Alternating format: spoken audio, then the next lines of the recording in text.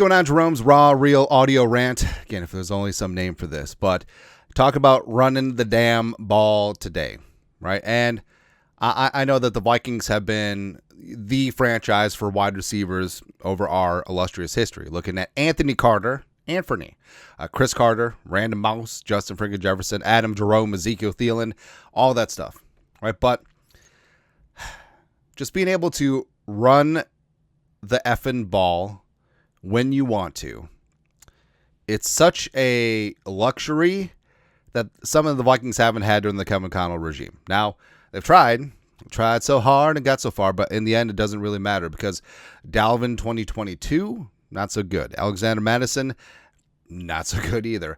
Aaron Jones was solid, except the running game as a whole was relatively inefficient last season. All right, and the Vikings have been bottom 6 in the league in terms of yards per carry every single year of Kevin Connell's tenure. Also, Madison didn't have any rushing touchdowns in 2023, even as RB1.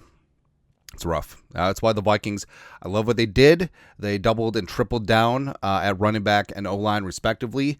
Re-signed Aaron Jones and bring in Jordan Mason, the freaking hammer from San Francisco. And I think that Mason and Aaron Jones are going to be a great running back tandem, right? And interior offensive line, Will Fries, Ryan Kelly, Donovan Jackson. This is not the effing around crew. And it's a pretty significant upgrade over Ed Ingram, Garrett Bradbury, and Blake Brandel. Yes, it's kind of rough. But just being able to, I hate it. I hate looking at the Eagles with admiration, but you got to respect what Howie Roseman has built. And beyond Saquon, beyond that offensive line, beyond everything, right? So obviously with Jalen Hurts, A.J. Brown, Devontae Smith, Goddard, like they can chuck the ball. But the thing that separated them and why they went on that Super Bowl run was the ability to run the ball. And Saquon, frankly, Saquon should have been in the MVP conversation. Certainly should have been, right? And it just makes life easier. Plus, when you're playing big boy football, when it's cold out, if you're outside, January, February, you got to be able to run the rock. Control the line of scrimmage. It's fundamental old school football. And turning 1st and 10s into 2nd and 3s, 2nd and 4s versus 2nd and 9s, 2nd and 8s, 2nd and 10s, right? Things get a lot easier. Plus, being able to run the ball when you want to on 3rd and 1, 4th and 1, and especially in the red zone,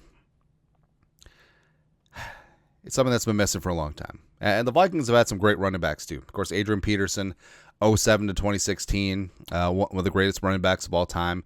97 career rushing touchdowns with the Vikings, 11,747 yards. Basically missed all one season. Yeah. Also, Robert Smith, OG, OSU, was the running back of my childhood, man. Also, the 98 Vikings get all the hype because of Randall Cunningham and Randy Moss and Chris Carter and 3 deep. But Robert Smith was the straw that stirred the drink on that offense, man. It's 6,818 rushing yards, 32 touchdowns. You retired young after the 2000 season. He was that guy. Chuck Foreman, spin doctor, Hall of Fame adjacent. Yeah, that's just the U being the U. Out there doing great stuff. Dalvin Cook. You know, Dalvin's actually 3rd on the all-time rushing list for a Vikings career. He's only here 6 seasons, but 5,993 rushing yards. And even looking back in the day, Bill Brown, Ted Brown, Super Dave Osborne, Tommy Mason, the first overall pick in 1961, the first year of the Vikings. Michael Bennett's number 10. Darren Nelson's number 8. Chester Taylor's number 11 all-time rushing for the Vikings, and he was here for 4 years. I mean, Fran Tarkenton's 13 with 2,548 rushing yards. Dante Culpepper's 14, right? So, Alexander Madison is 16th on the Vikings all-time rushing list with 2,370 yards, right? But we had some great running backs, and I think that it's something that Kevin O'Connell is dedicated to finally getting right. And I know that it's sort of tough because Kevin O'Connell is a play caller. When things not working, it's really tough to stick with it. But you have to get more creative than just running Madison straight up the middle on every single first down, or Aaron Jones, or Dalvin Cook, because that's exactly what the running game has been the first 3 years. I mean, there's so many creative things that you can do in the running game to really open things up, and that's why O'Connell should look at the rest of his coaching tree, because McVay and Shanahan, they're all from the same coaching tree. Mike McDaniel's off the Shanahan branch. So looking what McDaniel and the Dolphins have done. Run game coordinator with a headset, right? And what Shanahan has done with the run game, and also what Sean McVay has done. There's lots of concepts in the West Coast offense to be creative in the running game, and the Vikings, they got to find one. They do, and I think that they will.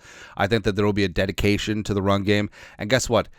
It's sort of like a form of judo, right? So when you run the ball, it opens everything up in the passing game, right? Because defenses have to overcompensate, and then you use the defense's strength against them, and then all of a sudden, baby, this offense, it's playing rock, paper, scissors, but you have a nuke. It's where our kids play it. Rock, paper, scissors, nuke. Nuke always wins. It's weird. But, yeah, I honestly can't wait to see, because I think Jordan Mason, him coming in from San Francisco, ideally he stays healthy, but he's going to take up a lot of the early down, goal line, and between the tackle work, and I think Aaron Jones had a career renaissance season, a career high in rushing yards, but I think that if they decrease his snaps and usage, he'll be healthier and fresher later in games and later in the season, and overall I think it'd be good for him. Because every single year in the National Football League, when he was with the greasy grimy Green Bay Packers, he was in a timeshare, right? Last year he was the bell cow, and he was fine, but the run game was a little bit inefficient, and I think part of it was just the wear and tear on him, as well as the bad interior offensive line, as well as Darisaw being out. All right, so the Vikings, Darisaw knocking down all the wood, getting healthy, getting good to go. The interior offensive line, and we're just off to the races. All right, run the damn ball. I think the Vikings will be able to. Anyways, that's it. Raw, real rant. Our thoughts are thoughts. You guys are the best you have to do. Skull, no production value.